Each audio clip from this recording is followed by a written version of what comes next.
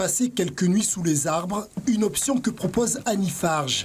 Depuis 2 ans, elle accueille des touristes dans cette cabane à 3 étages, construite autour de chênes et de hêtres. C'est un arbre qu'on a conservé et on a construit les 2 terrasses autour de façon à ce que l'arbre garde toute son aisance pour pouvoir grandir.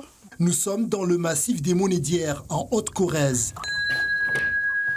Bonjour, entrez chez nous. Donc vous avez ici le petit coin pour dormir pour enfants, là où on a installé le lit parapluie pour notre bébé. Une petite salle à manger, en fait, table où on peut manger s'il fait un... Guillaume, Nelly et leur enfant de 9 mois ont choisi de passer 4 nuits dans une cabane sans douche avec des toilettes sèches. On fait nos besoins dans les toilettes, tout à fait normalement. En revanche, il n'y a pas de chasse d'eau. Ici, pas d'électricité. Le soir, il s'éclaire à la bougie. Ici sur la table, on en a ici contre le mur et sur le petit meuble vers la cuisine, ce qui nous permet de s'éclairer puis aussi d'avoir une ambiance assez cosy, assez agréable le soir. L'envie de vivre plus simplement pour ce couple de citadins originaires d'Auvergne, mais le plus contraignant est de gérer la réserve en eau pour les besoins du quotidien.